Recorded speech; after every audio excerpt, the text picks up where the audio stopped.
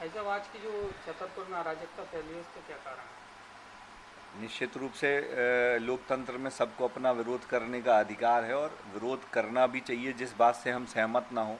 लेकिन इस तरीके से लोगों को परेशान करके और जाति पाति के बंधन में समाज को ढकेलने का जो प्रयास किया जा रहा है वह न केवल इस देश के लिए बल्कि समाज के लिए भी बहुत घातक है। और छतरपुर तो हमारी गंगा जमनी तहजीब है, यहाँ पे सब हम लोग मिलजुल के रहने वाले लोग हैं।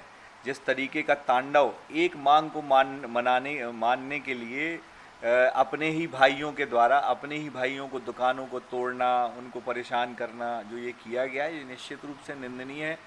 और फिर किसी कोतवाली में पथराव करना, और अगर किसी के भी धर्म के ईश्वर के खिलाफ कोई अगर टिप्पणी की जाती तो वो तो उसकी तो सबको भर्त्सना करनी चाहिए। लेकिन हमको भी शांतिपूर्वक अपना प्रदर्शन करना चाहिए। और पुलिस जो कि हमारी सुरक्षा करती है, हम सबको दिन रात मेहनत करके और हमारी सुरक्षा का प्रबंध करती है, हम अच्छे से सो पाएँ, अपने हमारे घर के परिवारजन सुरक्षित रहें, इसके लिए प्रयास करती है। और उन पर पथराव करना और वो भी बिना कारण से, ये अत्यंत निंदनीय है। छतरपुर को ऐस के सभी लोगों से निवेदन है कि जो समाज और धर्म के प्रमुख लोग हैं उन सबको इन सब पे विचार करना चाहिए। ऐसे तत्वों पे उनको खुद ही कार्रवाई करानी चाहिए, आगे आके पुलिस से मिलके ऐसे तत्वों को चिन्हित करके उन पे कार्रवाई कराएं।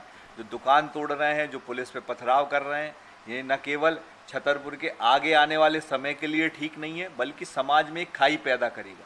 और जब खाई पैदा होती है तो समाज टूट जाता है। और ये विघटन की जो राजनीति है ये निश्चित रूप से हमको कहीं विकास के दिशा में आगे नहीं ले जाएगी, बल्कि हमको जो है वो हमारा विकास रोकेगी। तो ये अत्यंत निंदनीय घटना छतरपुर में हुई है। हम सबको इसमें संगठित होकर ऐसे तत्वों के खिलाफ कार्रवाई करानी चाहिए। किसकी जिम्मेदारी है आज की कि जो पब्लिक और प्रशासनिक अधिकारी परेशान हुए हैं?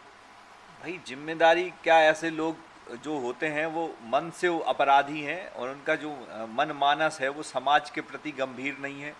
वो अपने समाज के प्रति जो है वो उनका आचरण जो है वो अपने समाज को, अपने शहर को अपना मानते नहीं है। अगर वो मानते होते तो जो आरक्षण की जो मुद्दा है ही नहीं, सुप्रीम कोर्ट ने अगर क्रीमी लेयर की बात करी तो हमारे देश के यशस्वी प्रधानमंत्री आदरणीय नरेंद्र मोदी जी ने और केंद्रीय जो हमारे कानून मंत्री हैं उन्होंने उसको स्पष्ट कर दिया है कि ऐसा कुछ होने वाला भारत में तो कम से कम ऐसा कुछ होने वाला है नहीं। लेकिन उसके बाद भी लोगों को और युवा वर्ग को भड़काकर उस तरीके की जो कृत्य किया गया है, और ये तो मानसिकता है। अगर कोई व्यक्ति अपने एक मांग मानने के लिए अपने भाई की दुकान तोड़ रहा है तो ये तो, और अपने किसी प्रोटेस्ट के दौरान पुलिस पे बिना फालतू के आक्रमण कर रहा है, तो ये तो एक खराब मानसिकता है। और इस मानसिकता के खिलाफ तो निश्चित रूप से कार्रवाई होनी चाहिए।